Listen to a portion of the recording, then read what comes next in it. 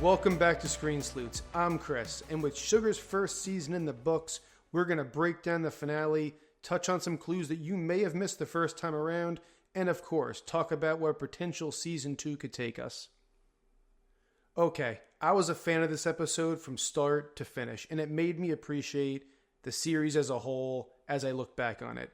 Did we get every question answered specifically? No, but that's good. I like when the writers don't try to spoon feed us the whole story. It was a smart season ending that kept the noir detective vibe all the way to the end and didn't lean too hard into the alien aspect of the show. It was us, the viewers, me included, that put the emphasis on the alien aspect, speculating from everything from hybrids to them needing a cure for their planet and everything in between. And listen, I don't say that in a negative way. That is the trope for most alien shows, so it's pretty obvious that we would go that route. But listen, for all we got wrong, we got some stuff right too. Yeah, I'm talking to all you Reddit and Facebook groups out there that were helping us crack the case for the past 6 weeks. And I was so excited to see some of the clues from our episode 7 deep dive come to fruition in episode 8. Especially the pens. Oh, the pens. If you heard me last week, you know I was pumped about this clue. The focus on the pen boxes on the shelf and that lone pen on the stool told us that someone else was observing what was happening. And the fact that Henry has the same pen next to his notebook on his desk was a creative way to connect him without actually overtly connecting him. Another clue that turned out to be important was the focus on the two people living there. There were 2 place settings, 2 PS5 controllers, 2 microphones down in the basement, and the bathroom having 2 sets of belongings, letting us know that Pavage wasn't alone in the house. But looking back, it being Henry in the basement was so aggravatingly clear, especially after the clues I just mentioned. It makes perfect sense though. He's an anthropologist, he's fascinated by human behavior, and he's a self-described academic, so to him, this was all really just research, and a fascination with the most extreme side of the human behavior, and for him, he gets a front row seat. So of course he was excited to push this idea on the rest of the group. And sure, he did seem conflicted, but throughout the show, we get a sense of internal struggle from all the characters. And I know Henry ends up being the primary villain because of that final twist, which we will talk about. But none of them were innocent. They all knew what Henry was observing, Ruby was transcribing it, and the leadership at their home planet was receiving the messages and just turned a blind eye. But I think this is an important point to make in regards to how Sugar's species see themselves, how they see us, and the show's overall theme about perspective, maybe self-perception. It's no secret that Sugar species thinks itself morally and ethically superior to humans. In my opinion, they kind of see us like animals. This perception is how they're able to feel just uncomfortable about protecting a human trafficker and a serial killer. Something that would make any of us, any human, disgusted and absolutely enraged. And then think back to John and Ruby's last conversation, where they brush over the fact that she was aware of the atrocities, but only really cared to make it very clear that she did not know about Henry kidnapping Jen, because Jen's one of their own, and so she warrants real remorse. The storyline actually kind of feels like an adaptation, or it was at least pulled from the zoo hypothesis, which is a potential answer to the Fermi paradox. The Fermi paradox being the question, where is everybody? Because we don't ever see any aliens out there. But the zoo hypothesis states that alien life intentionally avoids communication with us and just lets us evolve naturally, similar to how people observe animals in a zoo. The same way we would observe and study, but not prevent a lion from hunting a gazelle. And the show uses this self-perception theme to distinguish John from his people by showing us how differently they treat the invisible people of society. John treated the homeless man Carl with respect. Carl even appreciated the fact that John remembered his name and took tangible steps to help get him back on his feet. And he was legitimately broken up and angry about Carl's death, whereas Miller, Ruby, the others, they see the trafficked women as collateral damage, an unfortunate end that justified the means for their mission.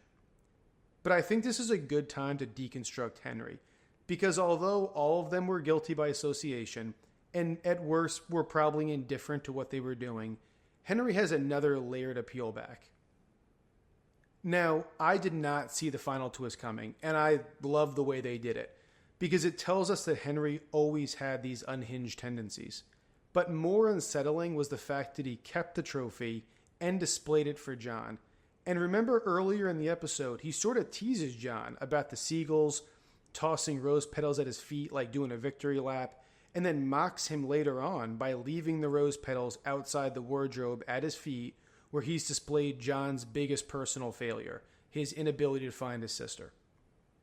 To me, his goal with the dress seems to be to provoke John, and it makes me think that Henry's targeting John for some reason from their past. He even tells him, "Without your sister, I think you'll always be lost." Which implies he wants to keep John in pain because he knows where Jen is, or at least he knew where Jen was. And he sent John to the house, knowing that eventually he'd put the pieces together, as if he wanted to start this cat and mouse game. He wanted to escalate things past the current status quo. But is she still alive? I think yes. Reason being is, Henry still seemed uncomfortable with John killing in cold blood during their debate, like it's below them to do so, at least with their own hands. He even mentions in episode 3 that he's having a tough time sleeping, which we now know is most likely because of what he's been observing. Plus, I don't think he's at the place psychologically yet. He hasn't become human enough yet to get his own hands dirty. But is she on Earth? And again, I say yes.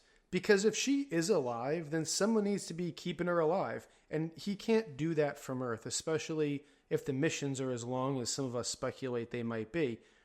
And he made sure to bring the dress with him. He keeps it in pristine condition. The whole pageantry of the reveal, the call at the end, their last conversation, which for me was kind of reminiscent of the last scene of the Silence of the Lambs movie, really sets up again that cat and mouse game for season 2. Okay, let's wrap up with final thoughts on the season and where I think they could take it in season 2. Like I said in the intro, I really enjoyed the way they tied things together, because they didn't give us a cliffhanger. They laid the groundwork for season 2, which is a nice change of pace for some of the mystery and sci-fi shows that we've seen lately. Now, the alien aspect of the show, in my opinion, was used brilliantly because it did give the show a different flavor, but it wasn't overused, and it allowed them to let my preconceived notions of what an alien ending should look like stop me from connecting the dots and the clues that I had already found. It kept me from seeing the forest through the trees all the way up to the end. Now, by the time it's over, Henry's going down a dark path, whereas John seems to be embracing his adopted planet. He even goes as far as trusting Melanie to see his true identity, which I'm assuming is his first real human connection, at least at that level. With that said, the first season of Sugar stayed on course as a noir detective tale. The mood, the mystery, the betrayal, all the right ingredients were there in the right amounts. But what about season 2? Well, I think they laid it out pretty well. I think it was pretty clear. And I assume that we will meet the senator and understand more of what we, the humans, know about John's race.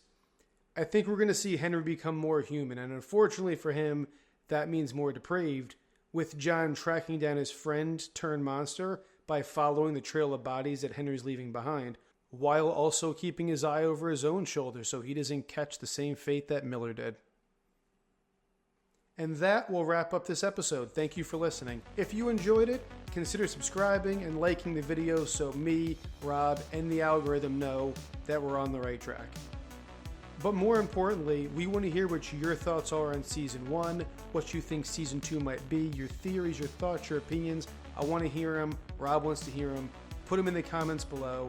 You can find us on all the social media sites as well. With that said, stay sleuthy.